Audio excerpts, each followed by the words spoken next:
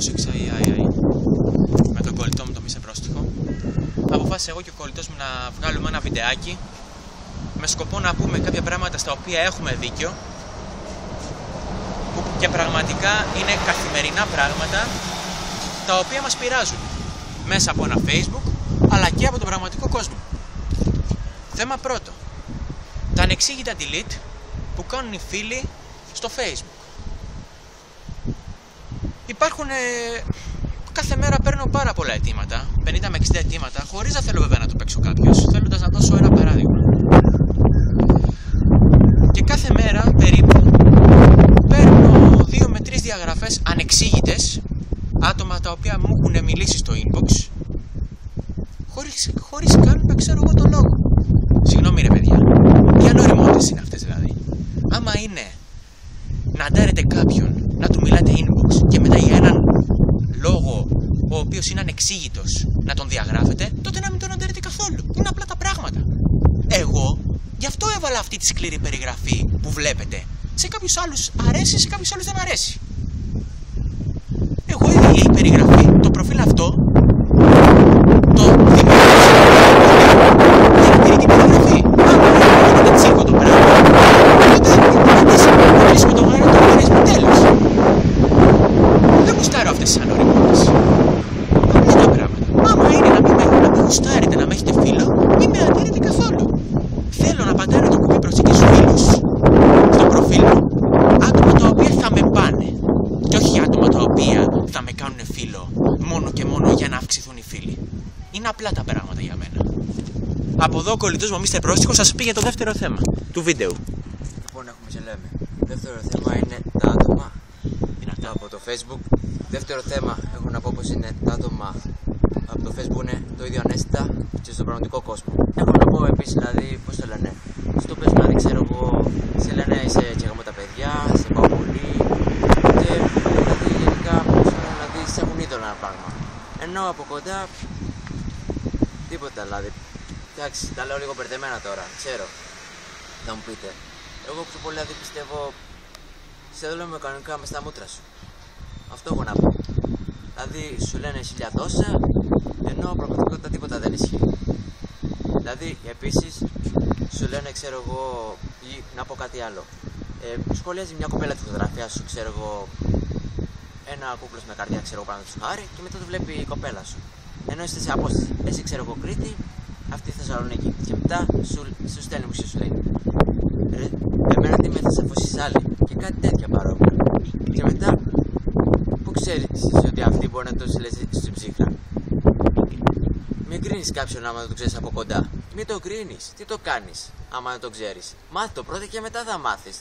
Γιατί ο πραγματικός χαρακτήρας το μαθαίνεις από κοντά και όχι από μακριά, από μηνυματάκια.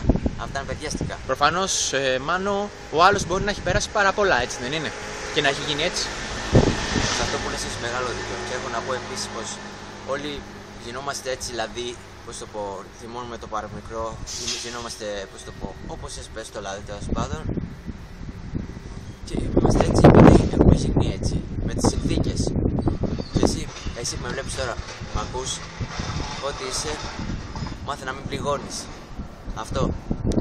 Για το θέμα 3, θα μιλήσω προσωπικά εγώ, γιατί δεν γουστάρω τα ψευτομαγκάκια μέσα από ένα Facebook που έχουν 500, 600, 700, 800 like. Μαγκάκια, ψευτομαγκάκια θα το πω έτσι. Μαγκιά δεν είναι να έχεις 800 και 900 like και να το παίζεις κατ' του χαρακτήρας. Θα μιλήσω από τη μεριά των πολλών like σε καταστάσεις. Μαγκιά είναι να έχεις 800, 900, 1000 like, λέω τώρα εγώ, και να έχεις αγνό χαρακτήρα. Έτσι θα κάνεις τους άλλους να σε εκτιμήσουν. Προφανώς το τρίτο θέμα είναι για κάποιους famous, θα το πω έτσι, αναγκαστικά πρέπει να το πω famous, που έχουν 800-900 like και στο παίζουν μαγιά, κλανιά και εξάτμιση πίσω από μια οθόνη του PC. Θα αναφέρθω και σε άτομα, δεν έχω να κρύψω κάτι, που πραγματικά με πείραξε. Δεν με ξέραν από κοντά καθόλου και με κρίναν μέσα από ένα Facebook. Αυτή είναι ο Φάνης Λάλος, ο Σταμάτης Γιώκας, ο Νανουζάκος Σεξ και άλλα άτομα αρκετά. Ποιος ο λόγος που το κάνετε αυτό? Να κρίνετε τον τον άλλον μέσα από ένα Facebook, ενώ σας ζητάει κάτι απλό, δεν σας ζητάει κάτι περιβολικό. Ένα share, αυτό. Επειδή δηλαδή πιο παλιά είχα στο προφίλ μου 10-15 like και με υποτιμούσατε, δεν είναι σωστά τα κριτήρια τα οποία έστρεψε τα μαγκάκια. Μαγεία για μένα είναι να έχεις 600, 700, 800 like και να είσαι αγνός, δηλαδή να σου λένε ρε αδερφέ στο inbox, να σου λένε ρε αδερφέ κάνε με ένα share, να του λες ναι μπακα θα σου κάνω share, εννοείται, κατευθείαν. Να είσαι χαρισματικός, όχι να μην είσαι σε αυτό το θέμα snob, να μην τον γράφεις στα αρχίδια σου, όπως ένα πράγμα να του ζητάς share και λέει διαβάστηκε στο inbox και δεν σου απαντάει καθόλου. Αυτό είναι μαλακίες. Αυτό έχω να πω για το τρίτο θέμα. Και τέταρτο θέμα θα σας το πει ο κολλητός μου. Τέταρτο θέμα θα πω εγώ, όπου είναι για τους πραγματικούς famous. Εντάξει. Έχω να πω επίσης ότι πιστεύω δηλαδή ότι υπάρχουν famous με εξαιρέσεις, δηλαδή όπως είπε ο κολλητός μου, δηλαδή ότι υπάρχουν famous δηλαδή ότι παίρνουν like, να πω κάτι ενδεικτικό που παίρνουν like, ενώ δεν το αξίζουν δηλαδή. Ζητάνε παντού, ρίχνουν κοινοποιήσεις και άλλα τόσα. Μην τα αναφέρω τώρα, εντάξει, άρχισε ολόκληρη ιστορία. Ναι, τέλος πάντων, στο θέμα μας.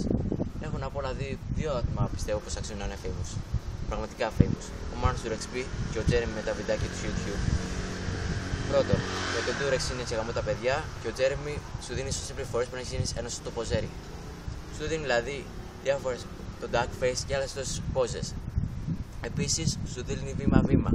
Ξέρεις, μαθαίνεις, όχι σε έναν ψευτοπόζες που σου λένε φορά μάρκες, αφαβορήσεις και έτσι. Αυτά είναι παπαριές. Πώς θα τα μάθεις, πρέπει να τα μάθεις βήμα-βήμα. Βιντεάκια, όπως το Jeremy που μας δείχνει, που είναι και γαμό τα παιδιά. Πραγματικά τον πάω πάρα πολύ πολύ, όπως και ο Νίκος. Αυτά. Αυτό το βίντεο, επίσης, δεν θέλω να πω, άλλοι μπορεί να συμφωνήσετε με εμάς, άλλοι μπορεί να διαφωνήσετε. Αυτό το βίντεο